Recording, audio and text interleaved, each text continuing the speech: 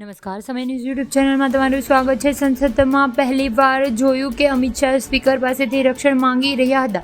કોણે કર્યો આ મોટો દાવો?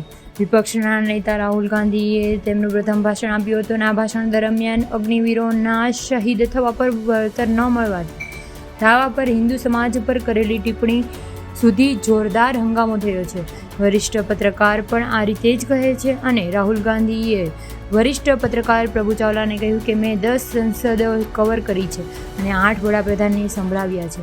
મને યાદ નથી કે વડાપ્રધાન વિપક્ષના નેતાઓને આ રીતે ટોક્યો હોય. આ પહેલીવાર એવું થયું છે. વિપક્ષના નેતાએ વિચારીએ કે જે મુદ્દા ઉપર તેમણે બોલવાનું હતું તે પર તે બોલ્યા નહીં અને રાષ્ટ્રપતિના સંબોધન સંદર્ભ જરૂર આપ્યો છે અને નક્કી કરીને આવ્યા હતા કે રાજકીય ભાષણ આપવાનું છે. એવું લાગતું હતું કે વડાપ્રધાન અને મંત્રી ઉશ્કેરાવા માંગે છે. સાથે સાથે તમને જણાવી દઈએ કે આ જેના પર ચૂંટણી થઈ છે તે નીટ હોય, ખેડૂત હોય કે જવાન હોય, સ્પીકર પણ રક્ષણાત્મક વલણ અપનાવ્યું છે.